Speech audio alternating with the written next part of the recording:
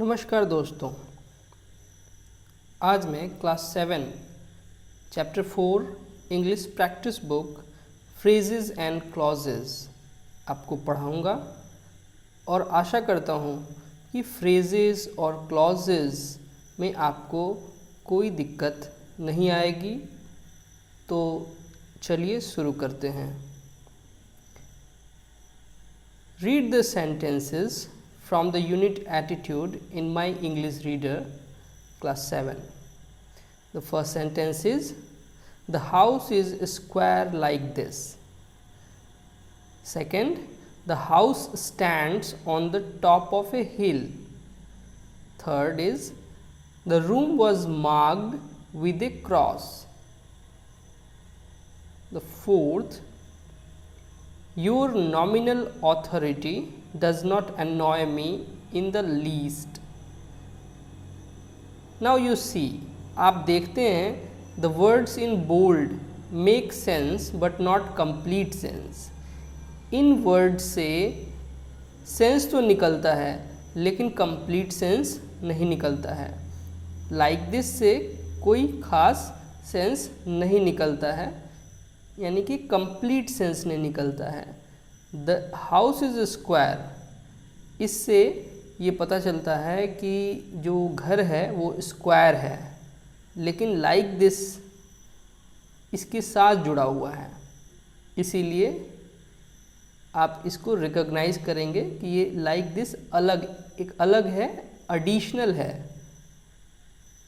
वैसे ही top of a hill with a cross in the least यहाँ पे ऐड किया गया है, मेन सेंटेंस में इसको ऐड किया गया है। अब हम आते हैं कि ये क्या है। A group of words which makes some sense but not complete sense is called a phrase. तो आप देख सकते हैं कि ये फ्रेज है।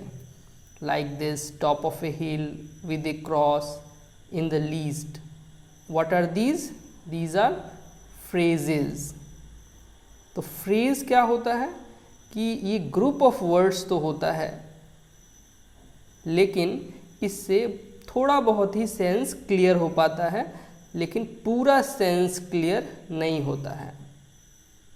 तो आई होप कि आपको फ्रेज समझ में आ गया होगा कि इस तरह के जो वर्ड्स, एडिशनल वर्ड्स जोड़े गए हैं मेन सेंटेंस में, उसको फ्रेज कहते हैं। आगे बढ़ते हैं हम लोग वर्कशीट 1 में। Work with your partner, fill in the blanks with suitable phrases given in the ad box. तो एड बॉक्स में यानी कि सहायता के लिए आप आंसर्स दिए हुए हैं, आपको चूज करके इसमें लिखना है। तो चाची was as a rule a fairly tolerant person. मैंने आप लोगों की सुविधा के लिए यहाँ पे लिख दिया है, तो you can write as well और you can check as well, आप चेक कर लीजिएगा। Such cases after all are not dealt by this office.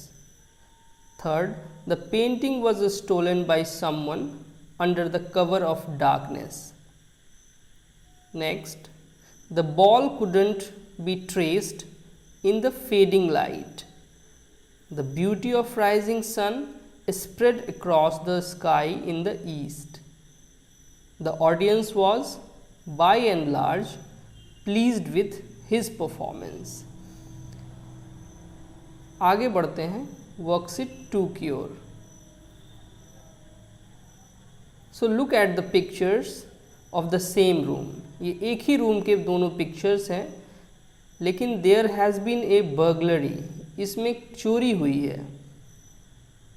Picture A shows the condition of the room before the burglary. Burglary यानी कि चोरी के पहले की स्थिति ये है जो पिक्चर ए में है, और पिक्चर बी में क्या है, चोरी के बाद, यानी कि picture B after it took place. Right down where the things missing in picture B. तो क्या क्या मिसिंग है पिक्चर बी में, तो कहाँ कहाँ रखा गया था पिक्चर ए में, आपको लिखना है। Use the words given in the box, one example has been done for you. तो इस बॉक्स में आपके लिए वर्ड्स दिए हुए हैं, यही मिसिंग है, तो आपको यहाँ पे लिखना है। मैंने इसे भी सुविधा के लिए लिख दिया है। There were some paintings on the wall, the hand bag was kept near the mat, there was a guitar near the television trolley, there was a briefcase in front of the suitcase, there was a window below the tube light, there was a vase below the clock, there were watches near the handbag, there was a computer below the window, there was a television on the trolley, and there was crockery in the rack. So आपने phrase पढ़ लिया, अब हम clause पे चलते हैं। Now encircle the phrase in each sentence you have written. अगर आप इसमें से फ्रेज जो है इनसर्कल करना चाहते हैं तो आप इसको कर सकते हैं। जैसे on the wall, near the mat, near the television trolley. आप इन सब लास्ट जो एडिशनल वर्ड्स है आप उसको सर्कल कर सकते हैं। जैसे there was a window below the tube light, तो below the tube light is the phrase, below the clock, near the hand bag, below the window, on the trolley, ये phrase हो गया, इन द रैक, ये phrase हो गया। तो you can encircle them.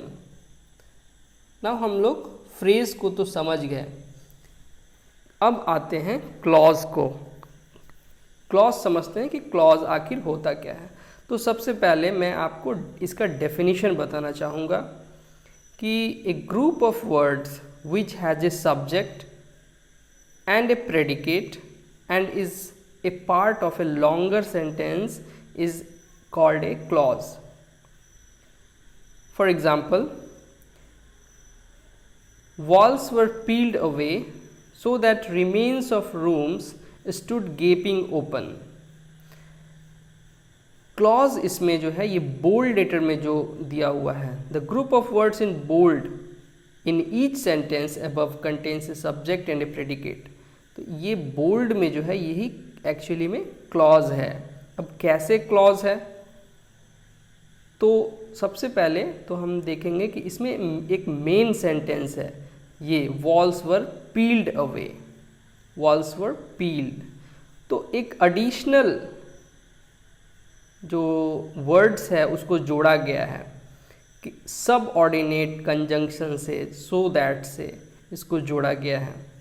और इसमें सब्जेक्ट भी है और प्रेडिकेट भी है। सब्जेक्ट क्या है ना, रूम्स, रूम्स को मान लीजिए सब्जेक्ट, रूम्स। स्टूड क्या है, ये वर्ब है, तो ये एक प्रेडिकेट कहलाता है, जैसे कि आप जानते होंगे। तो जब भी आप देखें कि एक ऐसे ग्रुप ऑफ वर्ड्स, जब ऐसे ग्रुप ऑफ वर्ड्स को देखें जिसमें कि सब्जेक्ट एंड प्रेडिकेट हो और जो बड़े सेंटेंस का पार्ट हो, यानी कि इस मेन सेंटेंस या बड़े सेंटेंस का पार्ट हो, तो ये क्लॉज कहलाएगा, ये क्लॉज हो जाएगा। आई थिंक आपको समझ में आया होगा। अगर नहीं आया है तो आगे सुनते रहिए, मैं आपको क्लियर करूँगा। वर्कशीट 4 चलते हैं। Look at the picture given below, guess the reason why each of these persons feel so, then complete the given sentences, one has been done for you। तो ये ऐसा क्यों महसूस कर रहे हैं ये लोग, आपको यहाँ पे लिखना है। पहला तो दिया ही हुआ है, Rita is feeling good because her friends are coming to meet her. Now mister Sundar is laughing because he just heard a joke.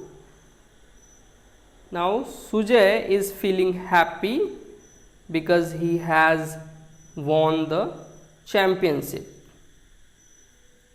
Now आप देख सकते हैं कि ये जो संजय इज फीलिंग हैप्पी, ये मेन सेंटेंस है और बिकॉज के बाद जो जोड़ा गया है वो क्लॉज है। ठीक है, मिस्टर सुंदर इज लाफिंग, ये एक मेन सेंटेंस है और उसके बाद जो बिकॉज से जोड़ा गया है ये क्लॉज है। ठीक है, तो यहाँ पे देखिए, Riddhima is angry because somebody has broken her toy. Mrs Sharma has fallen asleep because she has been working since morning. Mr. Rajput does not know what to do because he is not making profit in his business. Srinivas is crying because he has fallen from stairs and hurt his knee.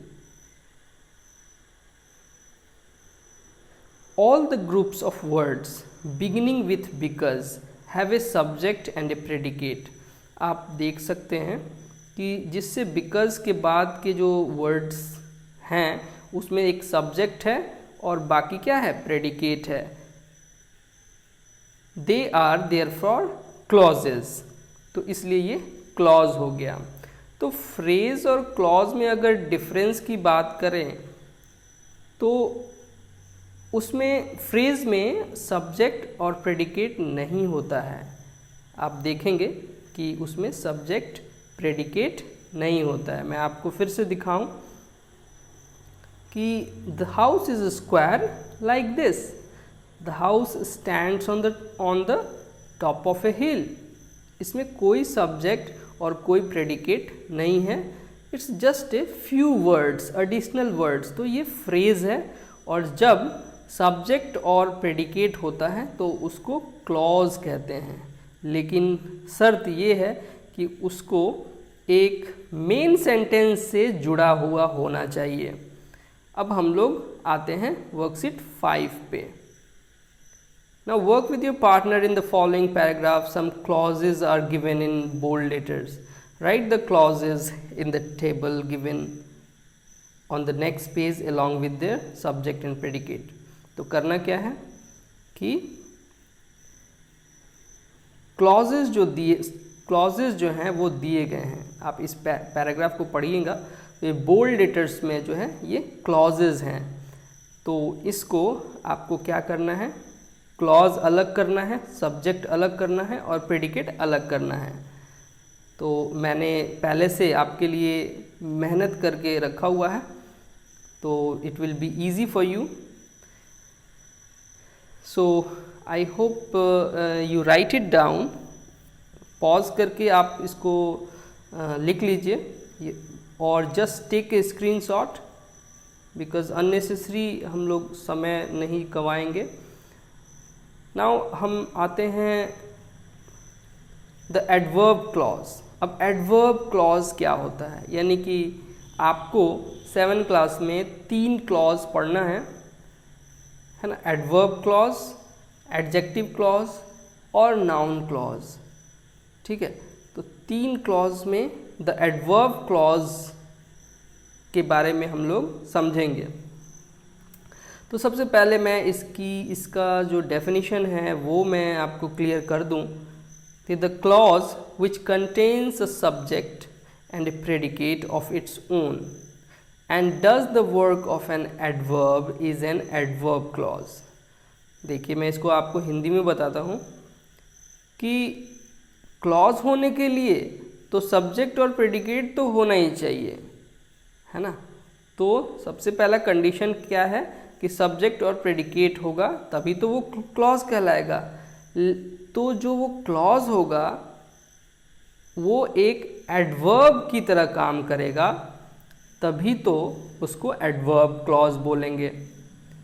तो adverb clause वही होता है जो कि adverb की तरह काम करता है, सेंटेंस में एडवर्ब की तरह काम करता है। तो यूजली जो है एडवर्ब का काम क्या होता है, वर्ब की विशेषता बताना, है ना। एक्शन कैसे हो रहा है, हाउ, कहाँ हो रहा है, वेयर, है ना। तो इस तरह का जो क्यों हो रहा है ये भी बताता है ना, वो कब हो रहा है वो भी बताता है, उसका कारण क्या है वो भी बताता है। तो एडवर्ब के बारे में आप जानकारी लीजिएगा। तो हम लोग सेंटेंसेस पे आते हैं। The children got together after their school had got over. Now इस वर्कशीट में करना क्या है कि read these sentences, underline the part of the sentence that tells us something more about the action or state mentioned in bold letter। तो ये action है जो बोल्ड लेटर में दिया हुआ है, क्या है? एक्शन है। जैसे चिल्ड्रन गॉट टुगेदर, चिल्ड्रन इकट्ठा हुए एक जगह। शी विल बी स्टेइंग, वह हमारे साथ रहेंगी, वो रहेगी। शी कैन विन, वो जीत सकती है। हर पेरेंट्स डिसअप्रूव ऑफ पार्टीज, ये एक एक्शन है। रैन फास्ट, मस्ट प्रिजर्व ट्रीज। तो ये एक्शन के बारे में जो है बाद का जो वर्ड्स है वो इसको एक्सप्लेन कर रहा है। यानी children got together after their school had got over. She will be staying with me though she can afford a good hotel. They can win the match if they work hard. Her parents disapprove of parties if they are held late night. आप देख सकते हैं कि ये after से जुड़ा हुआ है, दो से जुड़ा हुआ है, इफ़ से जुड़ा हुआ है और सो दैट से यहाँ देखिए जुड़ा हुआ है, यहाँ पे बिफोर से जुड़ा हुआ है। तो आप सिंपल अगर भाषा में कहें तो जब भी आप देखें कि आफ्टर लगा हुआ है, दो लगा हुआ है, इफ़ लगा हुआ है, सो दैट लगा हुआ है, बिफोर लगा हुआ है, तो उसको आप एडवर्ब क्लॉज समझ लेंगे कि हाँ ये एडवर्ब क्लॉज है। कई लिस्ट हैं, आपके बुक में कुछ ऐसे लिस्ट है, वो भी आप अपने लिस्ट में रख सकते हैं कि जहाँ भी ये देखें तो आप समझ जाएं कि ये एडवर्ब क्लॉज है। So that, although, wherever, before, because, still, if, while, when. ठीक है, तो आई होप कि एडवर्बियल क्लॉज आपको समझ में आ गया होगा। तो मैंने इसको मैच करा है। आप you just take the screenshot और just read it. Okay, I'm not going to waste my time here, so move to the worksheet 8. What do you think should be done with regard to the following environmental problems? तो कुछ environmental problems यानी कि हमारे पर्यावरण में कुछ समस्याएं पैदा हो गई हैं। अब आप क्या करेंगे उस ऐसी समस्याओं को देख करके? कहीं कहीं एसिड रेन होता है, पेड़ों की कटाई होती है ना, कुछ इंडस्ट्री कल कारखाने को शहर के बीचों बीच लगा दिया जाता है ना। तो इस तरह का जो प्रॉब्लम्स है उसमें क्या करेंगे? तो मैंने लिखा है, आई think the Taj Mahal can be saved if acid rain is stopped. I think industries should be located on the outskirts of the cities. I think skin cancer can be prevented if the holes in the ozone is repaired. I think wildlife can be saved if we stop hunting animals. आप देख सकते हैं कि यहाँ पे if लगा हुआ है ना, तो ये क्या है? ये एक एडवर्ब क्लॉज है। The sentence contain an adverb clause each. तो एडवर्ब क्लॉज के बाद हम लोग चलिए समझते हैं व्हाट इज एडजेक्टिव क्लॉज। तो सबसे पहले इसके डेफिनेशन को हम लोग समझते हैं कि an adjective clause generally begins with a relative pronoun that, which, who, हुम, हुज। इस तरह का जो रिलेटिव प्रोनाउन है उससे वो शुरू होता है। That connects the clause to the noun और प्रोनाउन इट मॉडिफाइज। खैर, आपको यहाँ इस डेफिनेशन से बेटर समझ में आएगा कि the clause which contains a subject and a predicate of its own and does the work of an adjective is called an adjective clause. तो एडजेक्टिव क्लॉज होने के लिए सेंटेंस में एज एन एडजेक्टिव जो है वो वर्क करना चाहिए, यानी कि संज्ञा, नाउन और प्रोनाउन की विशेषता जो बताता है वो एडजेक्टिव होता है। ठीक है,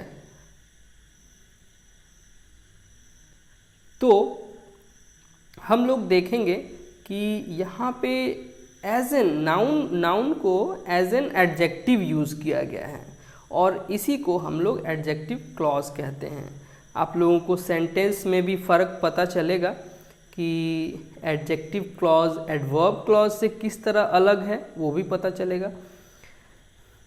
ध्यान से सुनिए, देखिए, the family that lives next door hails from Australia. The family यानी कि यहाँ पे जोड़ है, यहाँ ये विशेष फैमिली है। जब कोई कहता है कि हाँ ये फैमिली, तो यही इसीलिए ये विशेष फैमिली है, इसलिए ये एडजेक्टिव क्लॉज है। The family that lives next door hails from Australia. I have a dog that follows me everywhere. This is the garden that is famous for its roses. और कोई गार्डन नहीं, यही garden.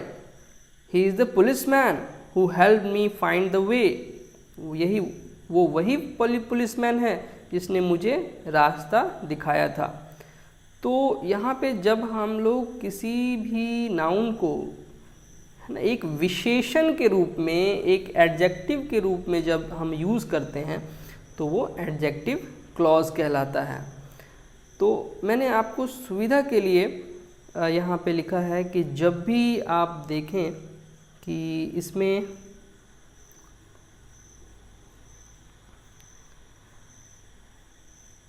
ये begins with relative pronoun, जैसे that लगा होता है, that, who, विच, हुम, हुज। तो ये द फैमिली, यहाँ से that lives next door hails from Australia, तो ये एक एडजेक्टिव क्लॉज है।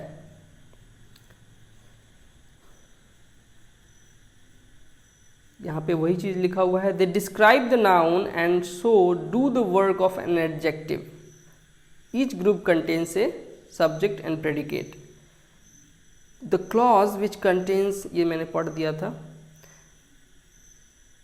तो आई होप कि एडजेक्टिव क्लॉज आपको थोड़ा बहुत समझ में आया होगा। और चलिए यहाँ पे एक वर्कशीट है जिसको हम लोग कर लेते हैं।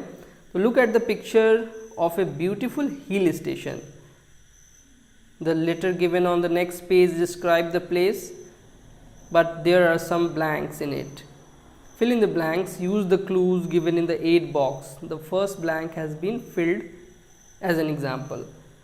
तो यहाँ जो है एक हिल स्टेशन का ये पिक्चर है। अब आपको करना क्या है कि 8 बॉक्स में आपके हेल्प के लिए आंसर्स दिए हुए हैं। ये प्रिया का लेटर है शालू को। तो चलिए हम इसको पूरा करते हैं। Guess where I am writing from? I am in Lena city. It is a small hill station which is in the east of India. The scenic beauty here is simply breathtaking. To the north of the city is a waterfall which is a delight to view. People live in houses that are made of wood. In the west in Grivar forest which are rich in wildlife. The people here are friendly and helpful. They are very religious too. The famous Shiv temple, which is on the outskirts of the city, Gauri volcano, which was now become extinct, is in the northwest. It is a huge crater. The city is sparsely populated. I am sending some pictures of the place on WhatsApp with love, शालू। तो मैं इसको explain नहीं करूँगा, कोई ज़रूरत नहीं है। The clause you have completed are all adjective clauses. तो ये जो भी आपने इसको पूरा किया है, देखिए यहाँ पे which से शुरू हो रहा है। Which is a delight to view, that are made of wood, which are rich in wild life. तो ग्रीवर forest which are rich in wild life. तो एज एन एडजेक्टिव ये यूज़ हो रहा है, इसलिए हम इसको एडजेक्टिव क्लॉज बोलते हैं। ना वर्कशीट 10 में सुटेबल एडजेक्टिव क्लॉज आपको ऐड करना है। Vishal who is being chase by a dog. देखिए विशाल एक नाउन है, अब नाउन को ये क्वालिफाई कर रहा है, नाउन को ये की विशेषता बताता है। विशाल जो कि who is being chase by a dog can run really fast. The castle, castle की विशेषता क्या बता रहा है? The castle high on the hill top, वही कैसल जो कि high on the hill top है, इज़ वेरी एनिशियंट। तो high on the hill top क्या हो गया? ये एडजेक्टिव क्लॉज हो गया। यहाँ what is the name of that girl who wears round spectres. तो गर्ल को की विशेषता क्या है? Who wears round spectacles. तो इसलिए ये क्या है? एडजेक्टिव क्लॉज है। This is the book which I have read so many times. तो वही बुक, कौन सी बुक? जिसको मैंने हमेशा पढ़ा है। This is the desert where there is no water, है ना। So this is also adjective clause. Now this is the house which is outside the city. I have a box which is full of chocolates. It is the weather which is making us fall sick. This is the tree which is said to be Bodhi tree. Now अब हम लोग आते हैं noun clause पे, worksheet 11. Now noun clause क्या है? A clause that does the work of a noun. अब noun के रूप में जिस क्लॉज को यूज किया जाता है उसको नाउन क्लॉज बोलते हैं। A noun clause is usually the subject और the object of a verb. या तो वो सब्जेक्ट के रूप में इस्तेमाल होता है या तो ऑब्जेक्ट के रूप में इस्तेमाल होता है। जैसे एग्जांपल यहाँ पे देखिए, I fear it is going to rain. I fear ये it is going to rain ये ऑब्जेक्ट के रूप में इस्तेमाल हुआ है। Can you guess how the story ends? What we need is good sleep. Whoever owns this place must be rich. तो एक फ़र्क आप देखेंगे एडवर्ब क्लॉज में, एडजेक्टिव क्लॉज में और नाउन क्लॉज में भी। तो आप अगर प्रैक्टिस करेंगे तभी आपको ये समझ में आएगा। वैसे तो ये बहुत आसान है। Now, does the group of words in each sentence written in bold have a subject and a predicate of its own? तो क्या इसमें सब्जेक्ट और प्रेडिकेट है? हाँ है, क्योंकि अगर नहीं रहेगा तो फिर क्लॉज ये बनेगा ही नहीं। क्लॉज जब नाउन क्लॉज की बात हो रही है तो ये क्लॉज तभी जब कहा जाएगा जब सब्जेक्ट और प्रेडिकेट होगा। तो यहाँ पे देखिए इट क्या है? सब्जेक्ट है और बाकी क्या है? प्रेडिकेट है। स्टोरी क्या है? वो सब्जेक्ट है और बाकी क्या है? प्रेडिकेट है। तो यस, यहाँ पे यस होगा। इज इट फ्रेज और क्लॉज? तो क्लॉज, ठीक है, इसीलिए तो इसको नाउन क्लॉज बोलते हैं। आगे बढ़ते हैं। देखिए मैंने कुछ लिखा है आपके लिए। Noun clauses often begin with pronouns, subordinating conjunctions or other words. The introductory word generally has a grammatical function in the sentence. तो खैर जब भी नाउन क्लॉज जो होता है वो कैसे, या तो बिगिन होता है what, whoever, how, इस तरह का ही इसमें यूज होता है। जैसे उसका लिस्ट मैंने यहाँ पे दिया है ना, आप इसका इस्तेमाल करिएगा और आगे आपको और भी नाउन क्लॉज कैसे यूज होता है वो समझ में आ जाएगा, write a sentence on each of the prompts given below using a noun clause. अब नाउन क्लॉज का यूज़ करना है। Said not refuse such a good offer, ये क्लू दिया हुआ है। He said that he said that he could not refuse such a good offer।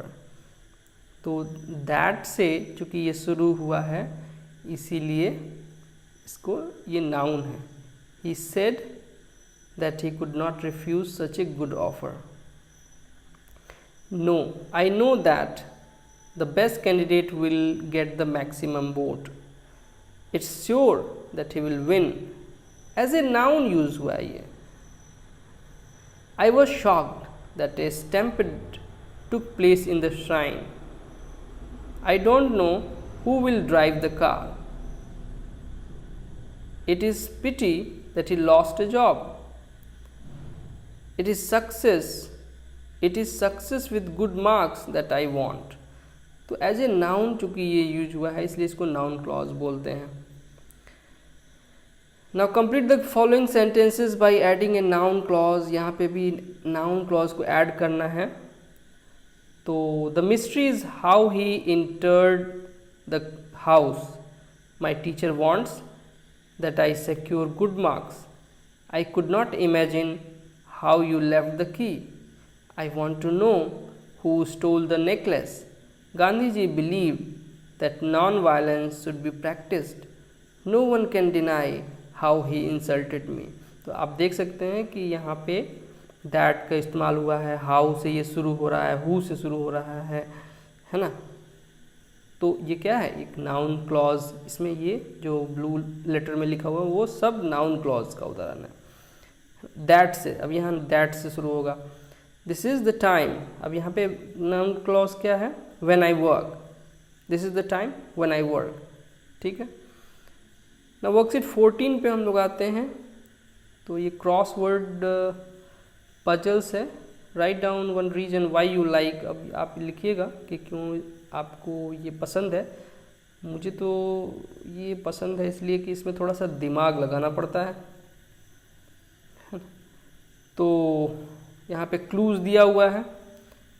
अब हम लोगों को इस एक्सरसाइज को करना है। You need one when you play tennis। तो वो क्या है, racket. it is worn so that head can be protected। तो वो क्या है, helmet। the person who wins is called the same। जो जीतता है उसको क्या कहते हैं, champion। a structure where you score points, उसको क्या बोलते हैं, गोल।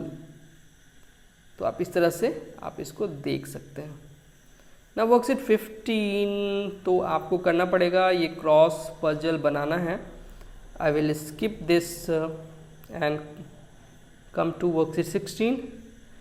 Now you have to use semicolon. You have to learn how to use semicolons. We notice that the semicolon is followed by words therefore and nevertheless is in the above sentences. इन दोनों sentences में आप देख सकते हैं कि therefore use हुआ है, nevertheless use हुआ है और उसके पहले semicolon यूज हुआ है. This is the sign of semicolon. This is the sign of semicolon. याद कर लीजिएगा. तो such words connect independent clause. जो है इंडिपेंडेंट क्लॉज को कनेक्ट करता है सेमीकोलन.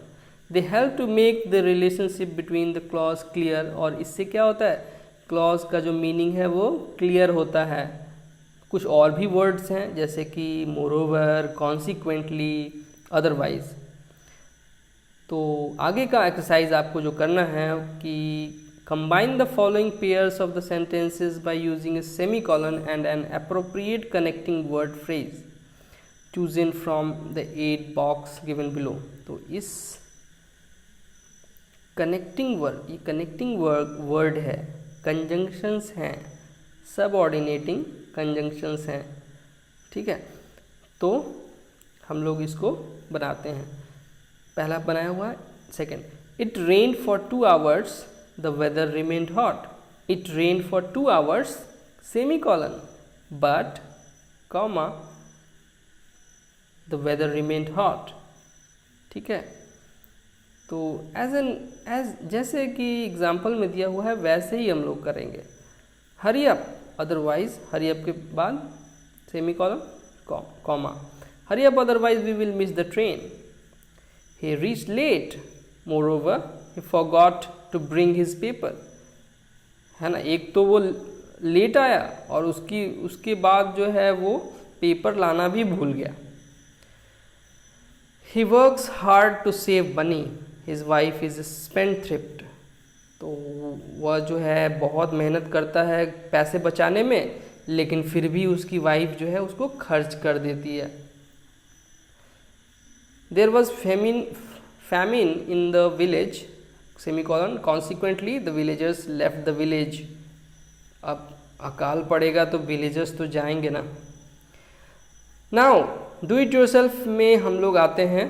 अब try to guess the answers to the question that follow. अब यहाँ पे क्वेश्चंस हैं, हम लोग को आंसर लिखना है।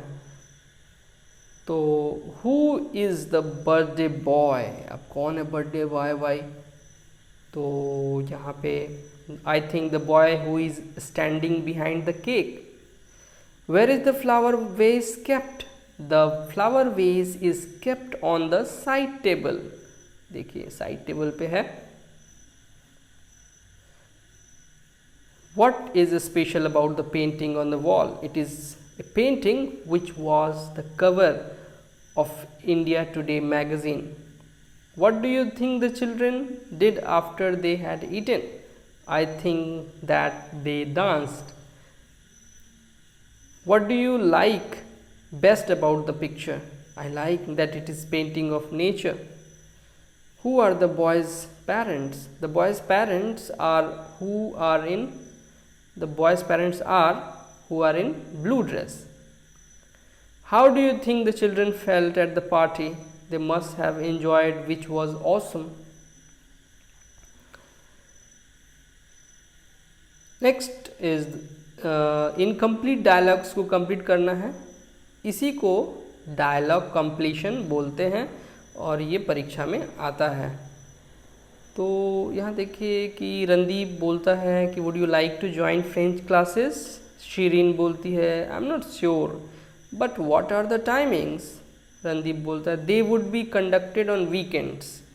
शीरीन बोलती है in that case I can spare time. अगर वीकेंड में होगा, अंतिम दिनों में, शनिवार और रविवार को, तो मैं समय निकाल सकती हूँ।